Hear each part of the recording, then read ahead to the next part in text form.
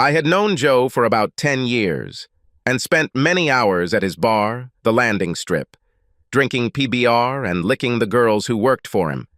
They came and went, but one thing united them. They were fiery beauties. The current lineup was no exception.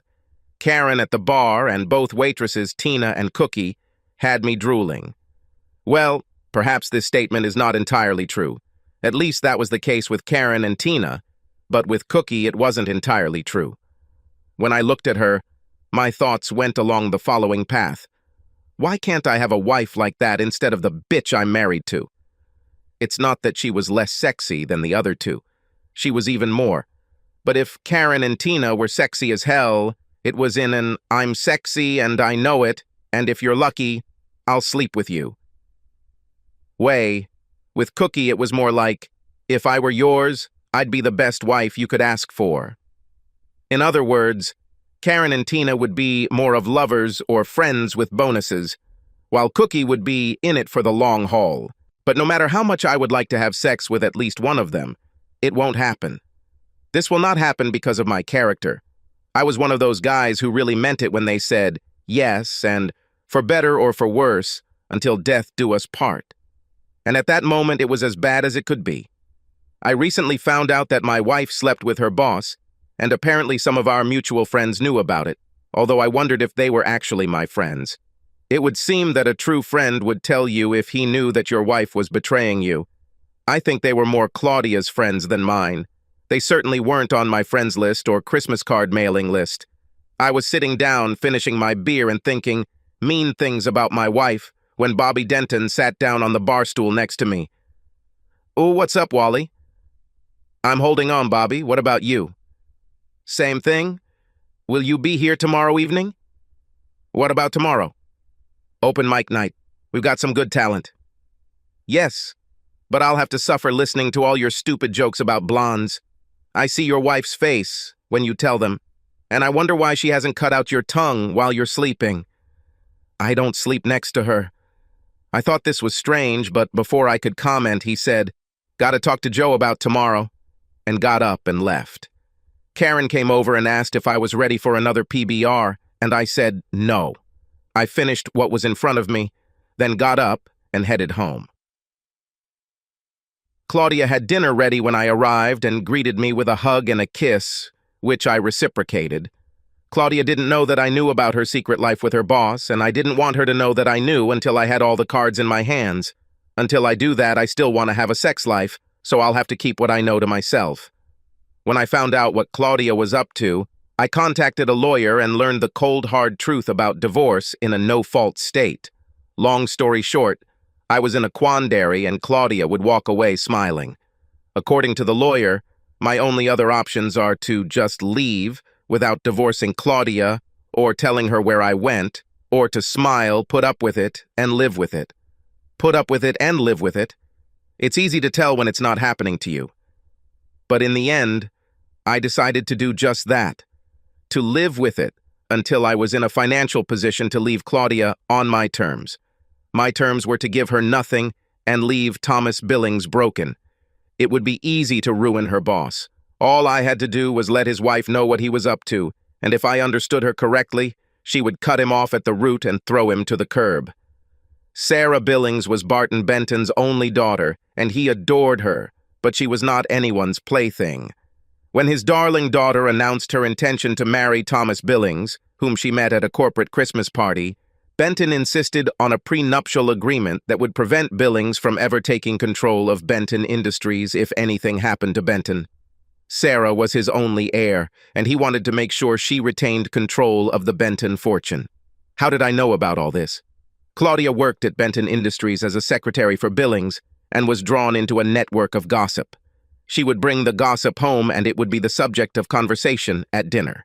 When Benton and his wife died in a plane crash, his only heir, Sarah, was left with the company. She either didn't think she could handle it or didn't want to, so Thomas Billings, the purchasing manager, suddenly became president of Benton Industries. Sarah may not have wanted to run the company, but she was not stupid and retained the titles of CEO and chairman of the board of directors to keep everything under control. All I had to do with Billings was let his wife know about his exploits. Claudia followed Billings into the executive offices, but not as his secretary. She was promoted to personal assistant to the president. The promotion made me happy and sad at the same time. The extra money was nice because we had just bought a new house, new furniture, and appliances. What upset me was that the new job required her to travel with Billings as he flew around the country negotiating new contracts and such.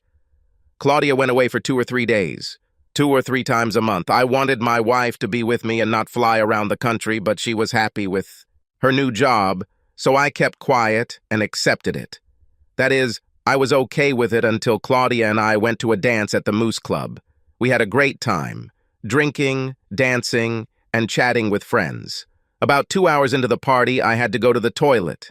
I was sitting in one of the booths when Brett and Chuck walked in. I recognized them by their voices.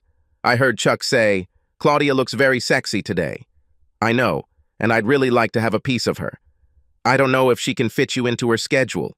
Between her boss and Wally, she must do as much as she can.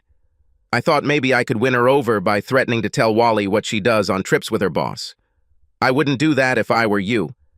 Wally is so into that bitch that he wouldn't believe you. He might even punch you in the face for speaking ill of her. Chuck was right. I didn't believe it. I knew my Claudia. She loved me as much as I loved her. My Claudia would never, and I emphasize never, cheat on me. When I left the booth, I almost decided to go up to these 2 idiots and pay them back for what they said about my wife. Another part of me was telling me, "Don't be stupid. You'll only make a scene and end up embarrassing Claudia." I let my mind take over and went back to the party, trying to enjoy it.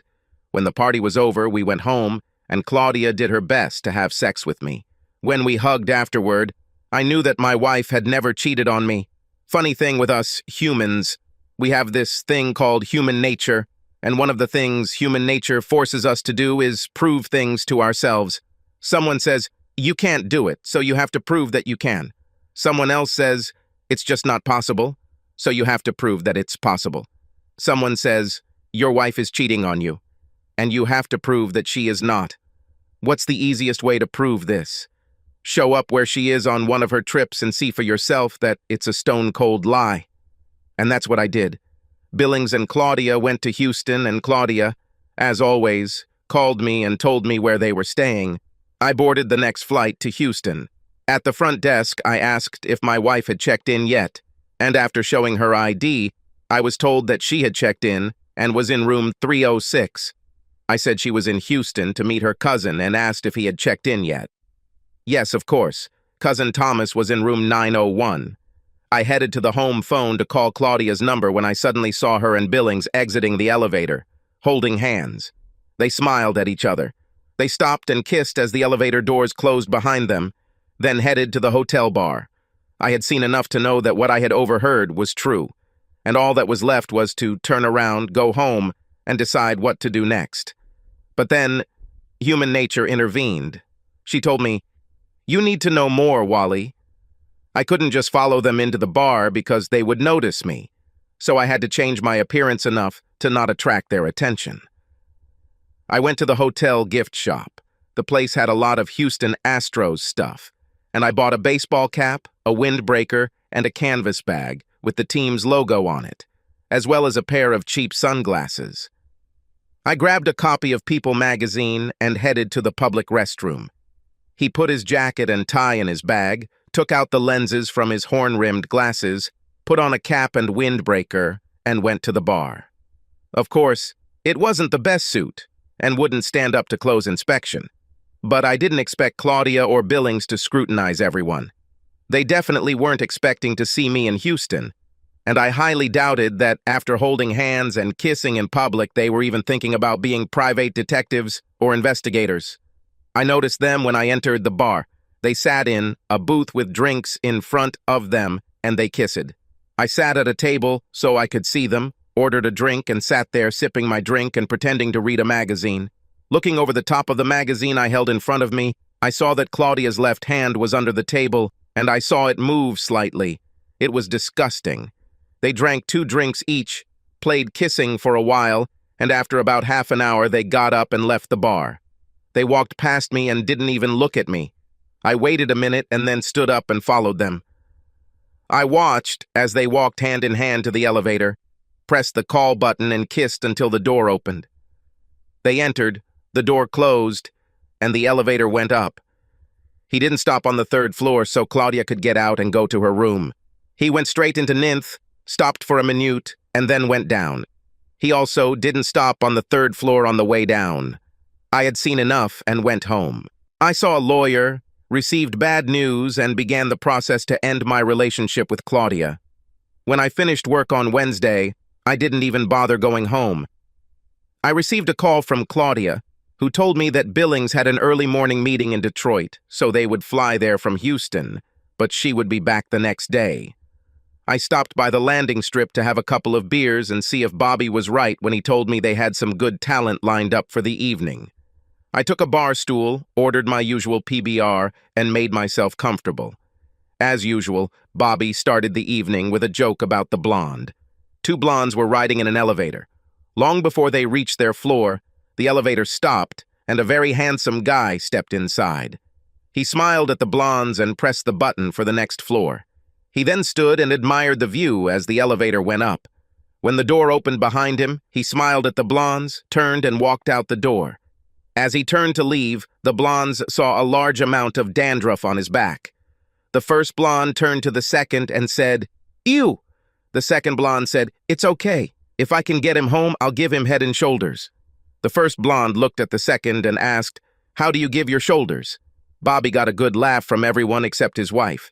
She just sat at her table in the back and gave him dirty looks. He continued and introduced the next aspiring comedian. The guy got up on stage, looked at the crowd, and said, "Two boys were arguing when the teacher came into the room. The teacher asked them why they were arguing, and the first boy said, 'We found $10 and decided to give it to whoever can tell the biggest lie.' 'You should be ashamed,' said the teacher. 'When I was your age, I didn't even know what a lie was.' The two boys looked at each other, nodded, and then gave $10 to the teacher. He received a polite laugh and continued. A man comes to the doctor and says, 'Doctor, wherever I touch, it hurts.' The doctor asked him what he meant, and the man said, 'When I touch my shoulder, it hurts.' Hurt. When I touch my knee, it hurts. When I touch my forehead, it hurts a lot." The doctor nodded in understanding and said, "I know exactly what the problem is. You have a broken finger." He wasn't that funny, so I was sipping my beer and looking around the crowd. Not for any reason, just people watching, when Cookie sat down next to me. "Hey, handsome, can you buy the poor worker a drink?" I got Karen's attention and pointed at Cookie, and Karen nodded, and after a minute she put a screwdriver in front of Cookie. "And why does Wally owe the pleasure of your company?" "No way, just curious." "Curious? Curious about what?" "About you." "Me? You can't be serious." "Why not? You're handsome and a good guy." "Good? Me?" "Yes, you. You come here often, and I see the way you look at Karen, Tina, and me, and you like what you see, but you're not like many others who come here. You keep your hands to yourself, and don't make vulgar or lewd comments. The question is, why didn't you make a move on one of us?" "You know why, Cookie? I'm married." "Why?" "Why what?" "Why are you married to this cheater? You should know that she is cheating on you." This caught me off guard, and Cookie caught the look on my face. "You didn't know? How could you not know? Everyone else knows." "How do you know?" She pointed and said, "See that guy sitting there in the corner box with the red hair? That's my brother Rick, and he works at Benton. He came in here one day and saw you sitting here talking to me. Later, he told me that he felt sorry for you, and when I asked him why, he told me. What I can't understand is why, if everyone knows, no one bothered to tell me. I don't know. Maybe for any number of reasons. Name a few. These days, there are what are called open marriages. There are couples who swap partners with others, and guys who like their wives to have sex with other men. There are those like you who love you too much to be those who hurt you, and those who may be on the other side of the coin and hate you enough to be glad that this is happening to you. There may be people who love you but love your wife more. She finished her screwdriver and said, "Break's over. We need to get back to work." I watched her walk away and wondered if she'd say yes to a date once I got rid of Claudia. At the podium, Bobby announced that it was now time for anyone in the audience who wanted to try. And a voice from the back row said, "I want to try it." Everyone in the audience, including Bobby, was surprised to see his blonde wife, Brianna, stand up and head to the stage. Bobby looked stunned as he handed the microphone to his wife. "I know that my stupid husband likes to tell blonde jokes while looking straight at me, but did you notice that Bobby is also blonde? It's time to get some change, honey." An Irishman, a Mexican man, and a blonde man were working in construction on scaffolding on the 20th floor of a building. They were having lunch, and the Irishman said, "Boiled beef and cabbage. If they give me boiled beef and cabbage for lunch one more time, I will jump off this building." The Mexican opened his lunchbox again and exclaimed, "Burritos again. If they give me a burrito again, I'll jump too." The blonde opened his lunch and said, "Bologna again. If they give me a bologna sandwich again, I'll jump too." The next day, the Irishman opened his lunch, saw boiled beef and cabbage, and jumped to his death. The Mexican opened his lunch, saw a burrito, and jumped too. The blonde opened his lunch, saw bologna, and jumped too. At the funeral, the Irishman's wife cried. She said, "If I had known how tired he was of boiled beef and cabbage, I would never give it to him again." The Mexican's wife also cried and said, "I could give him tacos or enchiladas. I didn't realize how much he hated burritos." Everyone turned and looked at the blonde's wife, and she said, "Don't look at me. He packed his own lunch." She got a big laugh and said, "What do you call a blonde guy with an IQ of 35? Gifted. Why don't blondes eat more M&Ms? They're too hard to clean. What's the difference between blonde and government bonds? Bonds are maturing." Brianna received a standing ovation from the women in the audience and their men, who wanted to remain in the caresses of their ladies. Usually, when the comedian finished, Bobby would come over, take the microphone, and ask if anyone else wanted to try. If no one else wanted to try, Bobby would tell one or two more blonde jokes, thank everyone for coming, and bid everyone good night. This time, it didn't happen that way. When Bobby finally walked up to the podium, he bent down to pick up the microphone and muttered, "Bitch!" not realizing that the microphone was sensitive enough to hear it. There was silence in the room, and when Bobby raised the microphone to his mouth and said, "That's it for today, guys," there was none of the usual applause and approval. I got up and went home. The next 3 months passed with me pretending to be a loving husband to a woman who was pretending to be a loving wife. I received several commissions and one bonus check, which I cashed and hid in a safe that Claudia didn't know about. It was a small amount, about $10,000, and it was not enough to support me after a divorce in which I would have to give up half of everything I had. And then the gods smiled at me. Like many other people, I bought lottery tickets, crossed my fingers and dreamed. I got lucky and bought a winning Powerball ticket. I matched 4 numbers. There was a Powerball and a power play, so the ticket cost $40,000 before taxes. It ended up being about $28,200 after they were paid. It wouldn't make me rich, but it would be enough to start a new life after Claudia. I had 6 months to cash it out, so I needed to get the divorce to be final before I got the money. Otherwise, it would go into the assets we would split between us. The time was right. Claudia just got a promotion that paid her a little more than I was making, so there will be no child support. I had to pay legal fees, and there was no escape from that, unless I could somehow force Claudia to file for divorce, and I didn't see that happening. My biggest problem as I saw it was that Claudia could contest the divorce. If she did, she could drag it out before the ticket had to be presented, and then it would become another one of our assets that would have to be divided equally. I needed to find a way to make sure Claudia wouldn't want to resist. I didn't really know if she wanted it or not, but I needed a way to make sure she didn't. No way. In no-fault divorces, you can file with infidelity as the reason, but it doesn't matter. You can show evidence of cheating on your wife's things, and it won't matter. You still have to divide everything equally. Even if I file for divorce and claim infidelity, Claudia might laugh at me and tell me that I have no proof, that it's all in my imagination, and we need to go to couples counseling to figure out where my insecurities come from and then deal with it. The fact is that I had no proof. Saying, "Come on, everyone knows," is not proof, and neither is the fact that I saw them holding hands and kissing. I needed hard audio and video evidence to make the claim substantiated. Evidence that I could throw on the table in front of Claudia so she would know she was caught and that she would be wasting her time trying to fight to keep us together. I didn't have this evidence, and after talking to several private investigation agencies, I realized that I couldn't afford to get the evidence I needed this way. While I was sitting in my doctor's waiting room, a woman brought an elderly man in a wheelchair into the room. When she approached the reception desk, the man was sitting there alone and silent. Just when I thought I should make small talk with him, the boy slid off his mother's lap and walked over to the wheelchair.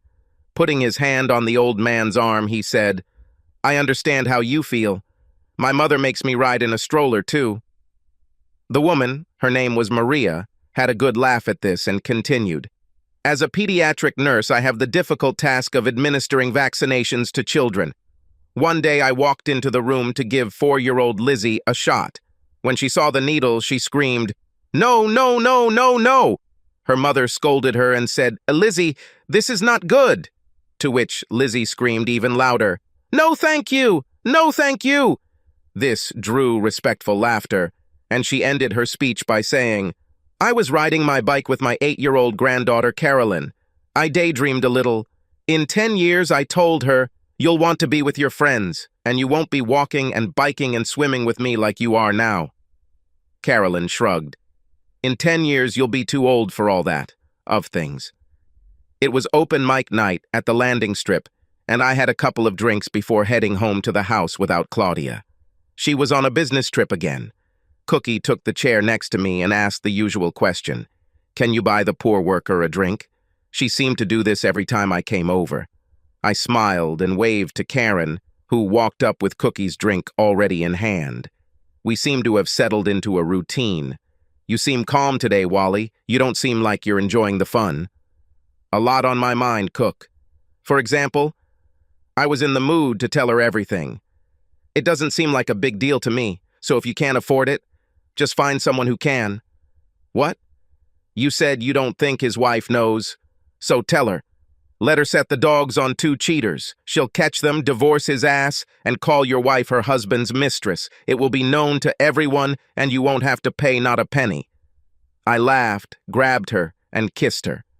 'Thank you, thank you, thank you,' and kissed her again. She laughed and said, 'Once you get rid of your wife, maybe we can do this again.' 'Something to look forward to,' I said, and stood up, leaving the bar.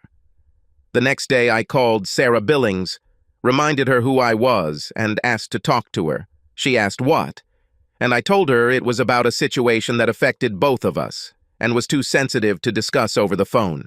She agreed to meet me for lunch at Tricoxi's at noon. I got there 10 minutes early and told Jared I was expecting a guest and described her, and then took the box in the back.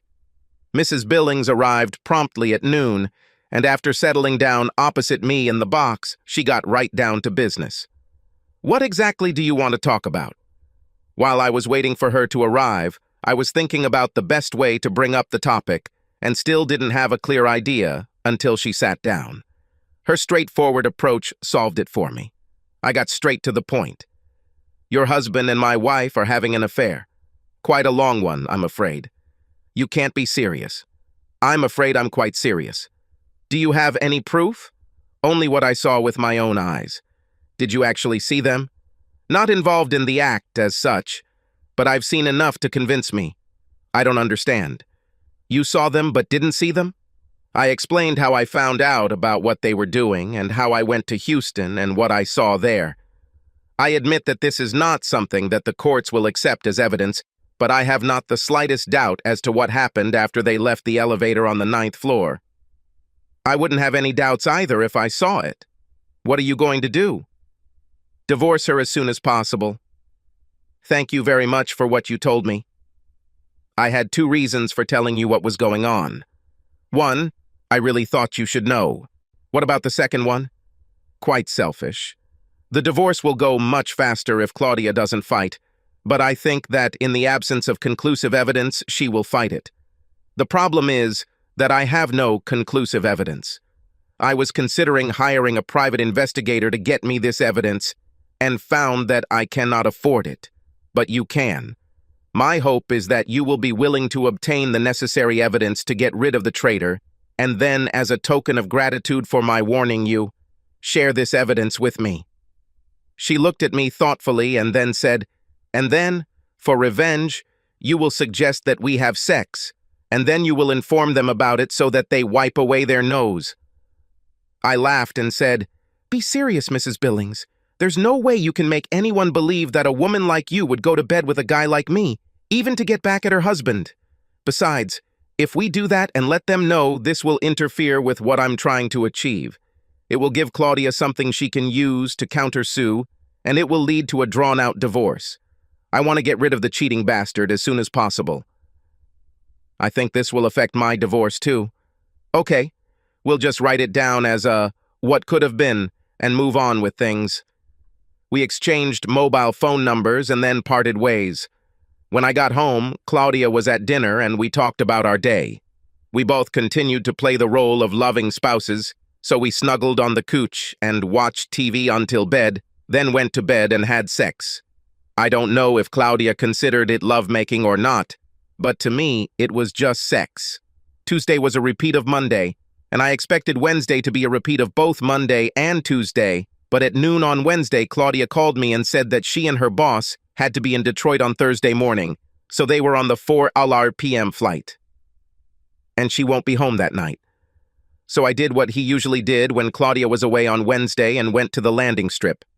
I was late at work and ended up getting there after the open mic night had already started, so I missed Bobby's jokes about blondes. Karen brought me my PBR, and I turned my attention to the podium. I looked at the table where his wife usually sat and saw that she was not there. As far as I remember, she never missed an open mic night, and I wondered if it had something to do with what happened last week. The guy standing there was a regular, but I hadn't seen him on stage before. The economy is so bad. CEOs are now playing mini-golf. Hot Wheels and Matchbox shares are trading higher than GM's. McDonald's is selling quarter-unzares. Parents in Beverly Hills fired their nannies and now have to find out the names of their children. Truck with Americans caught trying to sneak into Mexico. Motel 6 no longer leaves the lights on. And finally, the mafia fires the judges. I laughed politely and then heard, "Buy the poor worker a drink," and turned to see Cookie taking the chair next to me. The routine was established, and before I could say a word, Karen had already placed the drink in front of Cookie. I surprised her when I grabbed her and kissed her. "Damn it, what was that?" "I took your advice and contacted Sarah Billings. She didn't know that her husband was having fun behind her back. I'm sure she'll deal with him, but I'm not sure she'll share it with me. But that doesn't matter. How you said when she divorces him, it will become public property and I can use it. And all I get for this advice is a kiss? What would you like in return? Ask me again when your divorce is finalized." I looked at her for a long time and then said, "Count on it." She smiled, finished her drink, and then went back to work. Claudia was home when I got home from work on Thursday and dinner was almost ready. When I walked in, she asked, "Dinner or dessert first?" "Dinner first. If we start with dessert, we might never get to dinner and it would be a shame to throw it away. I remember the times when you always chose dessert first. And I remember a time when you weren't a cheating bitch," I thought, while my mouth said, I was much younger then and didn't realize that I needed food to maintain my strength and stamina. After dinner, we snuggled up on the sofa and watched TV and then went to bed. Claudia made love or pretended to, but I just had sex. The next week was the same, and Claudia did not go on business trips, but she worked late and came in for half a day on Saturday. We had sex those 3 days, and I wondered if it was because she felt guilty and was trying to ease her conscience by giving me as much as she gave to her lover, or because she liked the knowledge of the fact that I was sleeping with her after her lover. I doubted that I would ever know the answer to this question. Sarah Billings called me on Tuesday and asked me to meet her at Trikakshi's for lunch. She was already there when I arrived, sitting in the box in the back. There was a large envelope on the table in front of her, and she pushed it toward me as I sat down. It's everything you could want and more. You already know she's cheating on you, so I wouldn't watch the CD if I were you. The images will probably get stuck in your mind. I know they'll get stuck in mine. He will be in for a big surprise when I submit the documents to him. My investigator found out that Dear Thomas rented the apartment to use it as a love nest. If he rented it in his own name, my investigator would not have the right to equip the place with audio and video. Where he went wrong was that instead of withdrawing it in his name, he paid for it through the company. Since he paid for it through the company, and I am an officer of the company, I could authorize it, and I did.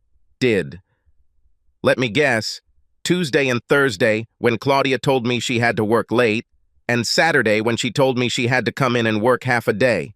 You're right, and Monday, Wednesday, and Friday are for long lunch breaks. I'm surprised they didn't do something on Sunday to make the week perfect. Our wedding anniversary was on Sunday and he couldn't leave. Now that you have your proof, what are you going to do? Hire a lawyer and file for divorce. Use mine. He already has the papers ready. I plan to file for divorce from my husband right at work, right before I demote him to the job he held before we got married. If we do everything right, we can file for divorce both at the same time. Give me your lawyer's number and I'll call him as soon as I get back to the office. I thought you would do this, so I told him to expect your call. One more thing. Because of some things that were said after they finished their affairs, I am filing an order of protection against him at the same time as the divorce. To you, it might be worth doing the same. Why? What was said? They were talking about how it would be easier for them if you and I were no longer alive. Tom said something like, if I died, the prenuptial agreement would be voided and he would be on the easy street. Yours. The wife laughed and said that if you died, it would only bring her 100,000. 200,000 if your death were an accident, and then she asked him if he had any ideas how it could be done, and he said that this is something to think about. I can tell by the tone of their voices that they were just joking, but this gave me another reason to hit him. My problem is that I don't think I can stand in front of the judge at a hearing and say, I'm afraid for my life, without laughing. She was lying either way. I only have 25 grand in life insurance, but I'm with you about there being another reason to hit her. Do you have any vacation? 3 weeks. Why do you ask? I was thinking that the day after I demoted Tommy, I could make you the new president of the company. It would be just for show, of course, but think how he would take it that the husband of the woman he slept with became his new boss. He would be furious. You could even pretend that you are going to gather materials to fire him. Why don't you just fire him instead of demoting him? He will likely sue the company for wrongful termination. What kind of illegal termination? The apartment he rents with company money for personal use is an illegal use of company funds for personal use. His relationship with a married employee under his direct report opens the company to a sexual harassment lawsuit if he gets tired from Claudia and kick her out, and she'll get angry enough to try to get back at him. All this, plus the fact that he's cheating on you, shows that he's unreliable, and you can't keep someone you can't trust around. Discuss everything. It's with your lawyer and see what he says. The downside to this argument is that you'll have to keep Claudia, even though you probably want to rip her hair out by the roots. Why would I want to do that? Leave her, I mean. Because of sexual harassment. All she would have to say is that your husband told her he would fire her and give her a bad reference if she didn't go along with it. What you need to do is to leave her, give her a small raise, and promote her to the worst position in the company, and after a while, she will get tired of the bad job and leave. I looked at my watch. I need to get back to work. Thanks for that, I said, holding the envelope in front of me and standing up. What about my idea of making you president for a few weeks? It won't do anything if you fire him, and he won't be there to see it. Maybe I just want to keep you around so I can get to know you better. We can talk about this when we have more time. You have my number. Call me. As I drove to work, I thought about her words that she wanted to get to know me better. I would call her, but only to discuss the divorce and when to file for divorce from our unfaithful spouses. As for better dating, no. She was steak, lobster, and champagne, and I was Diet Coke, burger, and fries. It just won't work. When I returned to the office, I called the lawyer whose number she gave me and found that he had been waiting quite a long time for my call. We talked, and he told me that the paperwork was ready and all he had to do was copy the paperwork and paste my information in place of Sarah's. He told me the price, and I gave him my credit card number. He said the documents would be ready for my signature the next day, and I made an appointment with him at 4 o'clock to sign them. Claudia was in one of her horny moods when I got home, so after dinner we went to the bedroom early and had rough sex.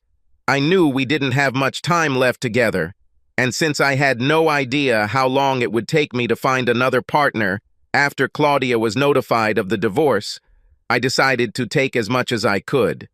When we finished, Claudia snuggled up to me, kissed my neck, muttered, "I love you," and fell asleep. I lay there, staring at the ceiling, wondering if she really meant it, and if so, why she cheated on me. I was still thinking about it when I fell asleep. At 4 o'clock, I entered the office of Dewey, Cheatham and Howe and was shown into the office of Stanley Howe. I was surprised to see Sarah there, and it turned out that signing my documents was only part of the reason for my coming. This was also a strategy meeting. The question was when to file for divorce for the upcoming ex-spouses. Due to the expiration date of my lottery ticket, I wanted to do it yesterday, but Sarah wanted to wait for the right moment. The right moment, in her opinion, was when the couple was on one of their trips. She imagined it happening as they walked out of an elevator into a hotel lobby, holding hands. I insisted on immediate notification, and finally Sarah asked, "Why is it so important that you can't wait a week or two?" I opened my mouth to tell her and closed it just as quickly. I wasn't a lawyer and didn't know the law, and I could be wrong, but it could be that hiding assets was against some law or another and something that my lawyer wouldn't allow me to do. "It's just important to me," is all I said. The meeting ended with the matter being put on hold until Sarah knew when the creep and Claudia would be heading out again. There was a coffee shop on the ground floor of the building, and as we got off the elevator, Sarah asked me to join her for a cup of coffee. We ordered coffee and sat down at a table. Sarah took a sip of her coffee and then said, "Okay, Wally, spit it out." "What to post?" "It was obvious that you were going to tell us why you were in such a hurry to notify your wife, but then you suddenly decided not to talk about it. So come on, what's going on?" I told her about the lottery ticket, its expiration date, and why I suddenly decided not to tell Howe about it.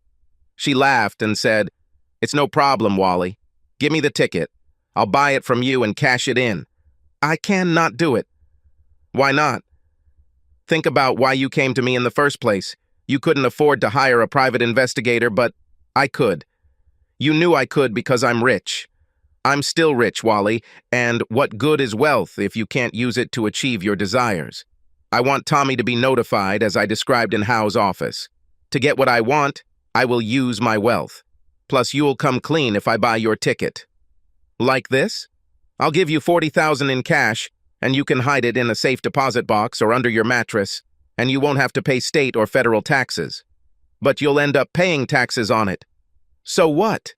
I'll give the ticket to my accountant, and by the time it's time to pay taxes, it will disappear into all this junk and mean nothing in the grand scheme of things. Once again, Wally, I'm just using my wealth to get what I want." I shrugged and agreed. I don't know how she arranged it, but 2 days later she gave me $40,000 in cash, and I put it in my safe. Sarah got what she wanted, and everything happened just as she hoped.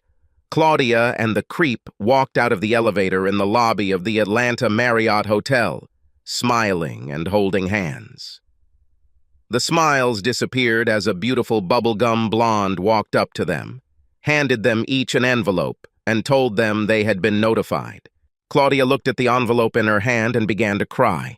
The bastard looked at him and his face took on a menacing look. He tried to tear it in half but couldn't because it was too thick. He threw it on the floor and kicked it, and it slid across the floor and into the elevator as soon as the doors closed. Claudia fell into one of the chairs in the hall and cried into her hands.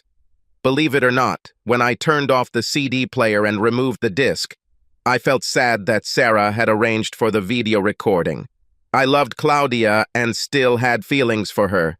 Seeing her in trouble made me feel sad. But the feelings I still had for her weren't strong enough to overcome what she did to the bastard. I thought back to the morning she was notified, and I remembered every one of the calls I saw her make that I ignored. I wonder what she was thinking, what she could have said to make a difference. When she came home, she found that I had changed the locks and couldn't get in. I let her ring the doorbell and knock on the door for 15 minutes before I opened the door. Have you not read all the documentation in the envelope you were given? Have you not read the order of protection requiring you to stay at least 500 feet away from me, my home, my place of work, and any other place where I may be? Leave now, before I call the police, and they come and arrest you. You can't do this to me, Wally. This is my home, too. The judge who signed the warrant didn't take this into account. Now leave before I call the police. Damn it, Wally, you have to let me talk to you. You have to let me explain. No, I shouldn't, Claudia. That case of chlamydia that you gave me explained everything. And I slammed the door in her face. It was a lie, of course. She didn't give me a sexually transmitted disease, but she didn't know that. And I hoped the thought of it would plague her until she got tested. 5 minutes later, she was still knocking on the door, so I called the police. A car with 2 officers arrived. I showed them the documents, and they told Claudia that she needed to leave. She tried to argue with them until they finally told her to leave and stay away, or they would arrest her. She cast an angry glance at the house and left. I waited 2 days, and then called her and told her I would meet her at Barney's Tavern and let her vent. We met and I heard what I expected. She did it for us. She did this because the money would help pay off our debts, and once that was done, she planned to leave. She only loved me. And with Billings, it was just sex. And not even very good sex. I was much better. We can overcome this because we love each other. Just give her a chance. I listened to her and then said my piece. Just sign the paperwork and mail it in, Claudia. If you sign, all the videos of you and your lover having an affair will never reach your family and friends. Just sign and leave it, Claudia. After watching the videos of you and your lover, these scenes will remain etched in my memory forever, as long as you're there, to remind me of them. We're done, Claudia. Accept it and move on. Damn it, Wally. I don't want a divorce. I love you. Then you should never have cheated on me. You are now used and damaged goods, and I want nothing more to do with you. Consider yourself lucky. At least you still have a job. And that's more than can be said about your lover. I stood up and left her sitting there, and he smiled, knowing that when she was ready to leave, she would discover that I had not paid the bill, and she would have to pay it. Sarah called me 3 days later and asked me to meet her for lunch. We met at Tricoxi's, and after Mandy took our order, she told me what happened after her husband was notified. He never seemed to find the envelope he kicked into the elevator, so he never read the order of protection. When he got home, he couldn't get in because Sarah had changed the locks. He started banging on the front door, kicking it, and yelling at Sarah, "Get your ass down here and open the damn door." He apparently didn't notice a car parked on the street with Avery Security Service written on the door. 2 people got out of the car, approached him, and politely asked him to leave. He told them to go to hell and get off his property. One of the guards told him that they were hired to protect the property and that he would comply with an order of protection requiring him to stay at least 500 feet away from the house and Mrs. Billings. The creep again told them to get off his property, and when they didn't move, he pushed one of them. When he awoke after being tased, he found that 2 guards had been replaced by 2 police officers and he was handcuffed. When he left the prison and reported for work, he was stopped by 2 guards who told him that they had orders to keep him away from the hall. One of the security guards picked up the phone and made a call, and 3 minutes later, the HR manager appeared and told him that he was fired for misusing company funds and violating the moral section of the company's policies and procedures manual. "You can't do this to me, asshole! You seem to have forgotten that I run this place." He raged and shouted, and when he refused to leave, the HR manager called the police. They arrived, and he was on his way to jail for the second time for violating an order of protection. He didn't know that Sarah was in the building, so when he was brought before the judge, the same one he was already in front of for the first time, he was able to beat the charge, since he had no reason to think that Sarah could be there. She didn't have an office in the building, and she wasn't part of the regular staff, so he had no reason to think she could be there. The judge accepted this and released him. But he was humiliated by being led out of the building in handcuffs in front of the people he once led. One of these people was Claudia. Sarah, as chair of the board, assumed the duties of acting president and informed Claudia that she had no need for a personal assistant and that Claudia should report to the secretary pool until another position could be found for her. She would keep her salary and any other benefits she had acquired as a personal assistant, and then Sarah told her that she actually wanted to fire Claudia, and the only reason she didn't was because I dissuaded. Sarah told me that Claudia seemed stunned that Sarah even knew me, let alone that she was talking to me. The next day, she called Claudia into her office and told her that she had been promoted to office manager and assigned to a plant 30 miles away. She then told Claudia that she would be getting a 10% raise to make sure she made the same as me or even a little more so I wouldn't have to pay child support. She ended the meeting by telling Claudia that after our divorces were finalized, she intended to have sex with me to thank me for telling her about her husband's infidelity.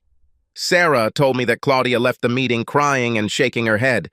Claudia apparently believed me when I told her there might be videos of her and her lover because she didn't fight the divorce. It was a standard halving of assets, and all it cost me, besides Claudia, was the loss of my house. It had to be sold, and a share of the sale was divided between us. We didn't live in it very long, so there wasn't much equity, but it was enough for me to make a down payment and move into an apartment. Claudia rented an apartment near her new job. She still calls me at least once a week, asking me to give her another chance. I always respond with, "Thanks for the offer, but no thanks." The day after my divorce was finalized, Sarah called me and asked when my divorce would be finalized. "Yesterday. Mine ends today. Do you have plans for tomorrow?" "No, I don't have anything planned." "Now you have plans. Pick me up at 6 in the evening from my office. We will celebrate our freedom with a night of dinner, drinks, and dancing, after which I will fulfill the promise I made to my ex and yours." "Promise? What promise?" "Remember when I told you that I told your wife that after our divorces, I would have sex with you? I told my husband the same thing. I spoke, and now it's time to fulfill the promise." "You don't have to do that. I didn't expect that. I thought you were just teasing Claudia." "Oh no, honey, I meant every word." I hadn't had sex since the last time with Claudia, and Sarah was a very attractive woman, so I said, "I'll be there at 6. "See you then," she said, and hung up. Sarah looked sexy when I picked her up at 6. As soon as we got into the car, she moved closer to me and kissed me passionately. When she released me, she said that she had made a reservation at a popular restaurant, and on the way there, she told me that she wanted the first time to happen on the bed she shared with Thomas. "We can do next time on the bed I shared with my ex. Is this right for me?" "My mom taught me that ladies always have priority, so if that's what you want, then so be it." It was a good thing that the next day was Saturday, and I didn't have to go to work because by the time Sarah was done with me, I didn't have the strength to get out of bed. Sarah and I woke up late on Saturday and went to brunch at Pegasus, and then drove to my house and repeated the Friday night, and we went back to her house on Sunday. I couldn't spend Sunday night at Sarah's because I had to go home and get the clothes I was going to wear to work. It wouldn't hurt if I had time to rest a little. For the next 2 months, Sarah and I met 2 or 3 times a week and every weekend. Then on Friday night, while we were spending the weekend at my house, she told me it was our last weekend together. "I've enjoyed every minute with you, but I'm not in love with you. And if you're being honest, you're not in love with me either. We're good friends with wonderful benefits, but that's all we have and will ever have. I would really like to continue this, but something has come up that will make this impossible. Is this something I did?" "I think we can say yes. Could you explain this?" You divorced your wife, so yes, you could say it was something you did.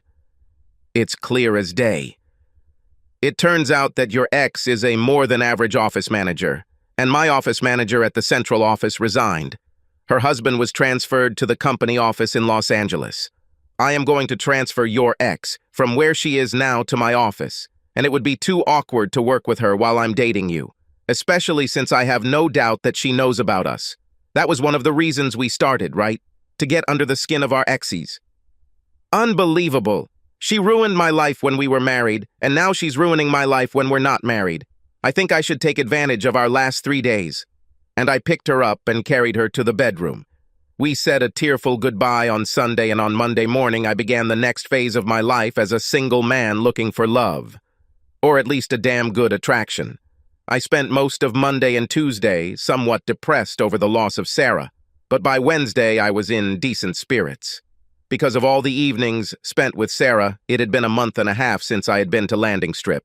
I had just sat down on the bar stool when Karen walked over with my PBR and placed it in front of me on the bar counter. Welcome back, stranger. Glad to be back, sexy lady. Tonight is the night I get lucky and you say yes to a date with me? You know I don't date clients. Then date me and I'll stop coming here. Well, lose the tip you leave? No way, Wally, no way. But if you play your cards right, there's one girl here who might give you a chance, she said before walking away to serve another client. I was halfway through my third beer when Bobby took the seat next to me. Where have you been, Wally? Was the talent so bad that you left? Not at all. There were just important things to do. I see. I saw you with your important business in Alhambra last week. Good to see you again. He stood up to talk to other customers and then walked up to the stage to welcome everyone to another open mic night and start a joke about blondes. The blonde bought a thermos. She brought it to work to show her friends. One of her friends, also a blonde, asked, "What does it do?" The first blonde said, "It keeps warm things warm and cold things cold." The friend asked, "What do you have in it now?" "A cup of coffee and 2 ice creams." He then introduced the first amateur comedian. It turned out that he was a guy from the day shift at the Maverick store, where I refueled in the morning. My mom lives in Newark, and I haven't seen her in a couple of years, but we talk on the phone at least once a week. We talked yesterday, and when I hung up, I thought about my mom and came up with 10 reasons why I owe my mom. My mom taught me the value of a job well done. If you're going to kill each other, do it outside. I just finished cleaning. My mom taught me about religion. You better pray for it to come out of the carpet. My mom taught me how to time travel. If you don't straighten up, I'll punch you in the middle of next week. My mom taught me logic. Because I said so, that's why. My mother taught me foresight. Make sure you wear clean underwear in case you have an accident. My mother taught me irony. Keep crying and I'll give you a reason to cry. My mother taught me the science of osmosis. Shut your mouth and eat your dinner. My mother taught me contortionism. Look at that dirt on the back of your head. My mother taught me endurance. You will sit here until you eat all the spinach. But most of all, my mom taught me patience. Just wait until your dad gets home. I had to laugh at this because I remember hearing most of it from my mom, and judging by the laughter, it also struck a chord with everyone in the room. Halfway through the show, someone sat down in the chair next to me, and I heard the familiar, "Will you buy the poor worker a drink?" As usual, as soon as the words left her mouth, Karen had already placed the drink in front of Cookie. "Remember what I said about the cards, Wally," she told me before leaving to serve another customer. "What did she mean?" asked Cookie. "I think it was her way of telling me that since I'm now divorced, I should ask you out." "Well, so what? Are you going to do this?" "What are my chances of you saying yes?" "You won't know until you ask." "Would you like to have dinner with me on your next day off?" "No." "I think that answers my question about my chances." "No, it's not like that." "You're confusing me, girl. I'm getting mixed signals." "No, I can't have dinner with you on my next day off, but I have free time on my second day off." "And when will it be?" "On Tuesday." "Okay, I'll try again." "Would you like to have dinner with me next Tuesday?" "Yes, I would like to." She took a napkin from the bar, wrote something on it, and handed it to me. "Call me so we can arrange everything." "I have to go," she said, and stood up to go back to work. Since I had just finished my third beer, I decided it was time for me to go. I was at Cookie's door at 6 on Tuesday, and as I pressed the doorbell, I wondered where the next chapter of my life would take me. Subscribe to our channel so that your second chaff doesn't cheat on you, and go ahead and listen to the next story, because this story is nothing compared to the next one. If you're under 18, don't even think about listening to the next one.